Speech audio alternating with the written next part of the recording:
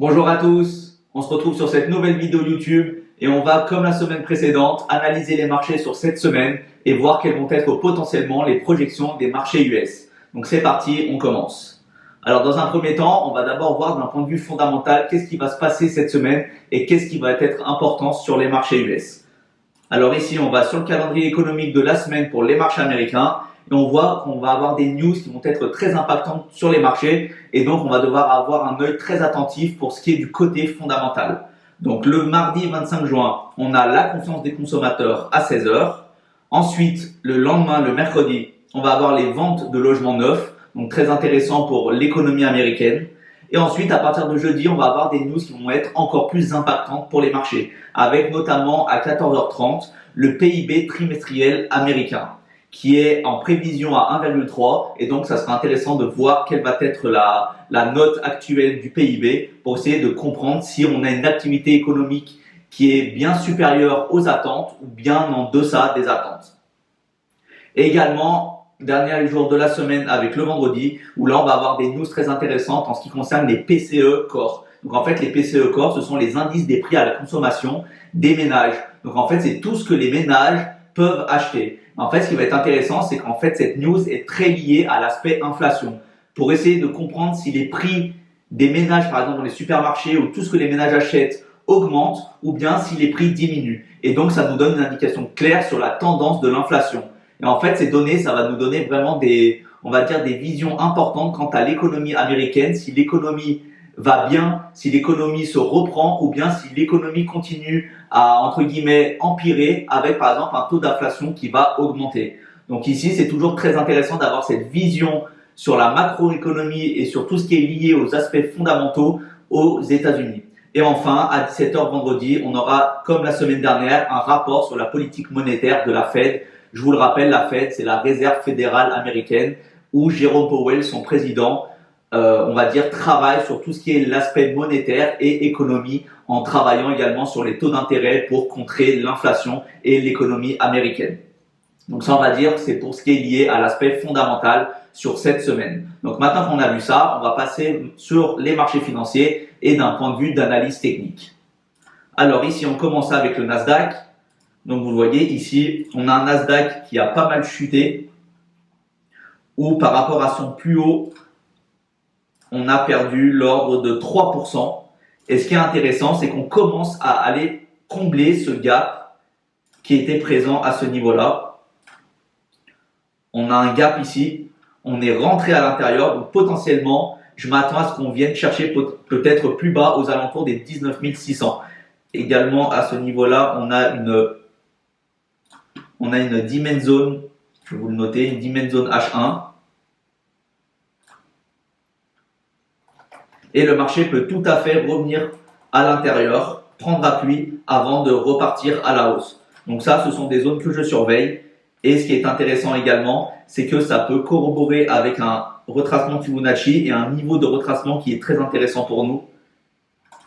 Ici, à ce niveau-là, ça correspond à un niveau des 61,8 de Fibonacci. Donc, très important. Donc, potentiellement, cette semaine, le marché, si on est toujours en tendance baissière, va pouvoir continuer à baisser, peut-être prendre appui sur notre demand zone et ensuite repartir en tendance haussière, bien sûr, également avec l'aspect fondamental. Si bien sûr l'inflation explose, on est beaucoup plus élevé que ce que les analystes avaient prédit, alors là, ça peut vraiment entraîner une chute du Nasdaq et continuer la tendance, on va dire, baissière court et moyen terme.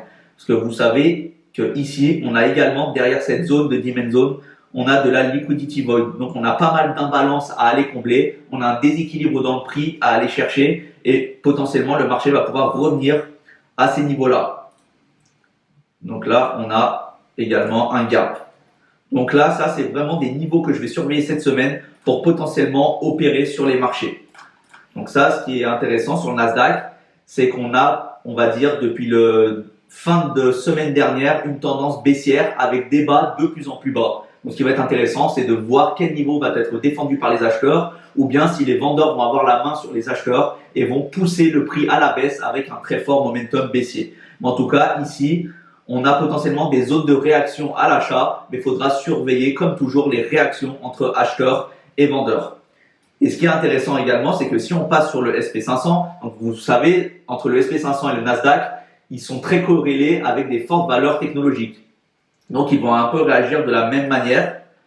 Et ici, vous le voyez, on est un petit peu moins baissier que le Nasdaq. Pourquoi? Parce que les valeurs technologiques ont moins de pondération sur le SP500 que sur le Nasdaq. Donc, on va dire que sur le Nasdaq, on commence déjà à revenir sur la demand zone et on est déjà en train de combler le gap qui avait été créé à la fermeture et à l'ouverture de session. Et vous voyez là que ce gap, il n'est pas encore comblé. Ici, on a de la liquidité à aller chercher. Et donc, potentiellement, s'il y a un indice à shorter, ça sera plutôt le Nasdaq, qui est une valeur en ce moment qui est plus compliquée en termes d'achat. Et vous voyez très bien la différence. Ici, on a en H1 toujours notre gap à venir combler. Donc ça, c'est une zone qu'on garde pour cette semaine. Et si ensuite on vient en M15 par exemple, on voit que là, on s'est arrêté sur une zone qui était très intéressante à ce niveau-là.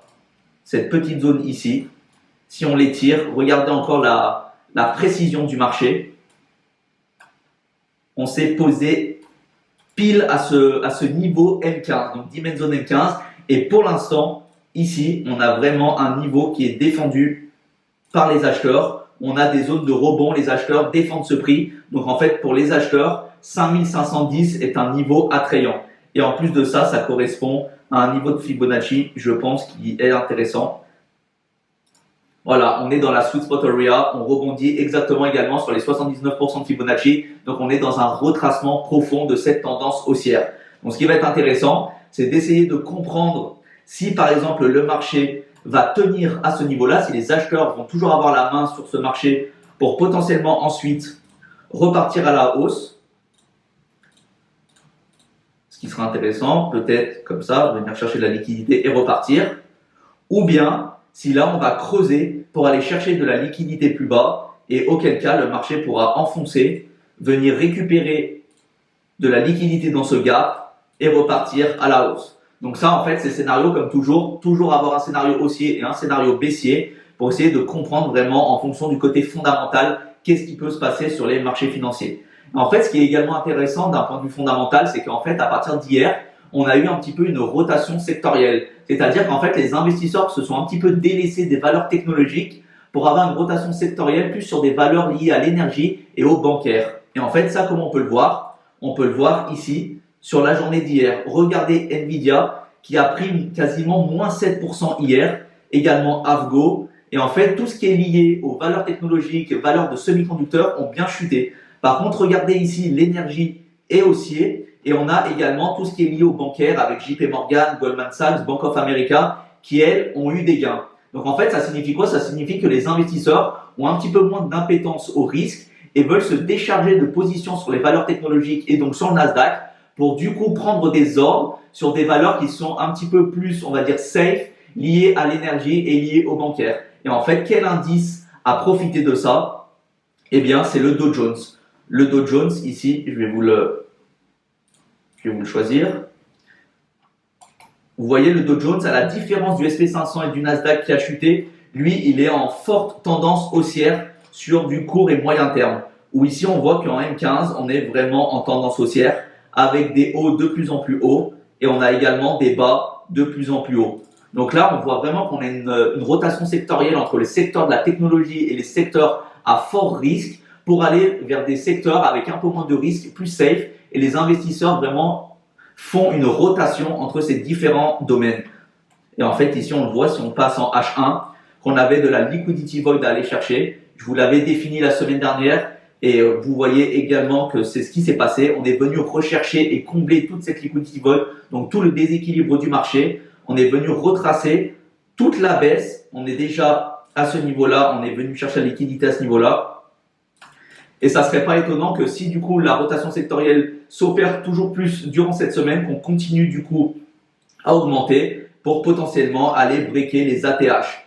Et donc ça signifierait que le Nasdaq et le SP500 continuent de baisser un petit peu, que les ordres soient sortis de ces marchés plutôt risqués pour venir sur le Dow Jones. Et ça serait pas étonnant que le Dow Jones du coup continue en tendance haussière pour aller breaker des ATH et dépasser les 40 300, les 300, 350. Donc là, on va dire, on voit vraiment la différence entre le Nasdaq, le SP500 et également le Dow Jones qui a repris sa marche en avant et qui là nous montre vraiment des momentum haussiers avec des acheteurs qui sont vraiment présents et qui veulent breaker le précédent ATH. Donc vous voyez, ici on va dire c'était une analyse de la prévision de la semaine. Donc toujours avoir en tête que la technique doit vraiment être validée par le côté fondamental et que le côté fondamental va avoir un rôle encore majeur durant cette semaine avec toutes les news que l'on va avoir et qui vont fortement impacter les marchés. Donc en tout cas, j'espère que ça vous a plu. N'hésitez pas à me dire en commentaire, n'hésitez pas à me poser des questions. Ça sera avec plaisir que je pourrai vous répondre et échanger sur votre vision du marché. Merci à tous et on se retrouvera bien sûr toujours sur la chaîne YouTube pour une prochaine vidéo.